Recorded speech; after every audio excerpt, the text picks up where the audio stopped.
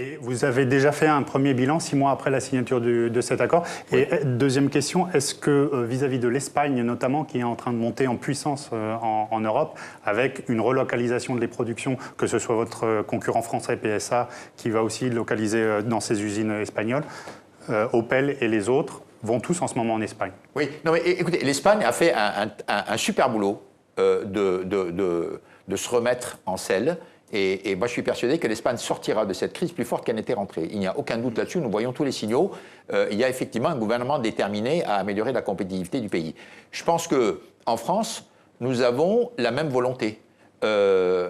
L'accord de compétitivité qui a servi de base à la signature de l'accord de Renault est une très bonne nouvelle. Parce que là, ce ne sont pas des déclarations, ce sont des réalités, ce sont des choses qui ont bougé. L'accord de Renault, en ce qui nous concerne, nous permet d'envisager les 3 prochaines années avec sérénité. C'est-à-dire que, et je pense que ça a été parfaitement compris, il y a eu des efforts qui ont été faits de part et d'autre, et maintenant nous sommes tous concentrés sur la performance de l'entreprise. Je pense qu'il faut qu'on puisse s'acheminer vers ce genre d'accord. Je pense que l'État ne peut pas résoudre tous les problèmes auxquels nous sommes confrontés.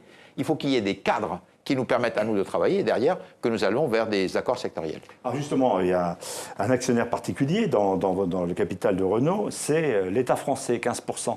C'est plutôt une bonne nouvelle ou c'est plutôt un boulet, ça, d'aller voir les politiques pour négocier avec eux? Vous préféreriez avoir un actionnariat, j'allais dire, normal, pour reprendre une terminologie qui a été utilisée il n'y a pas si longtemps? Non, franchement, je ne pense pas qu'on puisse dire qu'un actionnaire est un atout, un boulet. Un actionnaire est un actionnaire. Ouais. Il a toujours raison, l'actionnaire. Non, un actionnaire est un actionnaire. Alors, quand il représente 15%, quel qu'il soit, d'ailleurs, que ce soit l'État ou que ce soit un privé, que ce soit une entreprise, évidemment, il a le droit de comprendre où va l'entreprise et il donne son avis. Il a le droit de demander pour la localisation, faites plutôt cette voiture ici.